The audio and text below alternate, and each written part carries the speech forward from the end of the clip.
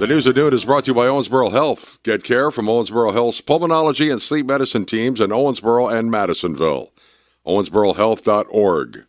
A major accident closed a portion of the Lloyd Expressway for several hours Thursday when, according to witnesses, a bus slammed into several cars waiting at the stoplight at Cross Point Boulevard. 5 vehicles, including the bus, 3 passenger cars, and a work vehicle were involved. 2 of those cars were described as unrecognizable. 5 people were hurt with injuries ranging from minor to critical. Cause of the accident still unknown. No word on the condition of the victims.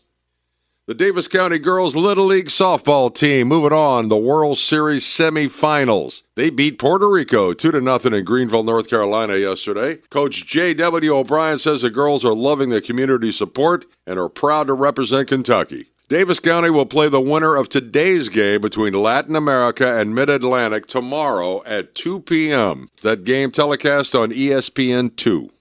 And a Perry County Sheriff's deputy is being recognized after stopping a wrong-way driver near I-64 and State Road 37 in St. Croix. Deputy Jared Quick spotted a car entering the off-ramp to the eastbound lanes of the interstate and then traveling west in the eastbound lanes. As the vehicle approached a construction area, Deputy Quick spotted a semi traveling in their direction, so he swerved into the construction barriers, allowing the semi to slow down and stop. The driver, an elderly man from rural Perry County who was having trouble making it home. Thanks to Deputy Quick, looks like he made it.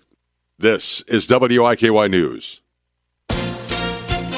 ABC News, I'm Chuck Severson. Todd Blanche has just enough support from Republicans to become the next Attorney General. He could only afford to lose 2 votes, which he has, but now Louisiana Republican Bill Cassidy announcing he'll support Blanche seems to assure his confirmation. All considered, I will vote for Mr. Blanche. I'll be criticized for this vote. What's new? Analysts were expecting a net gain of 83,000 jobs last month. Instead, the Labor Department reports a loss of 23,000. And totals for June and May were revised downward. At 4.1%, the unemployment rate was essentially the same as June. A panel of judges at the D.C. Circuit Court of Appeals rules that President Trump exceeded his authority when he set out to build a $400 million ballroom at the White House without congressional approval. An appeal to the Supreme Court is expected. Ukrainian long-range drones hit a warehouse of Russia's biggest online retailer in the Ural Mountains.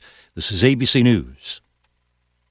If you haven't switched to Pure Talk because you're not sure their coverage is every bit as reliable as Big Wireless, why not take them for a test drive?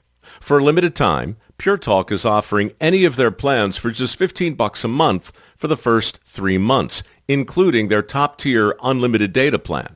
No contracts, no commitments. Just a great deal on a high-speed network with unlimited data from an American wireless company. Dial pound 250, say Mike Rowe, and let the savings begin. WIKY News at Noon Market Report. Brought to you by Riverside Capital Management Group in downtown Evansville. From ABC News, Wall Street now. The economy's job generator continued to struggle last month. The Labor Department showed a loss of 23,000 jobs. But the no-hire, no-fire employment market still dominates, with the nation's unemployment rate holding steady at 4.1%. For investors, the upside of the dismal jobs report is the assumption that the Fed won't raise interest rates. So going into the midday, the Dow was ahead 115 points and hovering around 54,000. The S&P and NASDAQ also were higher, the NASDAQ by 1.3%. Artificial colors will be gone from Kellogg's cereals by the end of the year. The company says its switch from artificial dyes is ahead of schedule. It's now turning to fruit and vegetable sources to color cereals like Fruit Loops and Apple Jacks. Burger King says revamping the Whopper has paid off big. The fast food chain says its sales in the last quarter are up 8.5% after a sturdier bun and tangier mayo were added to the Whopper. Jim Ryan, ABC News.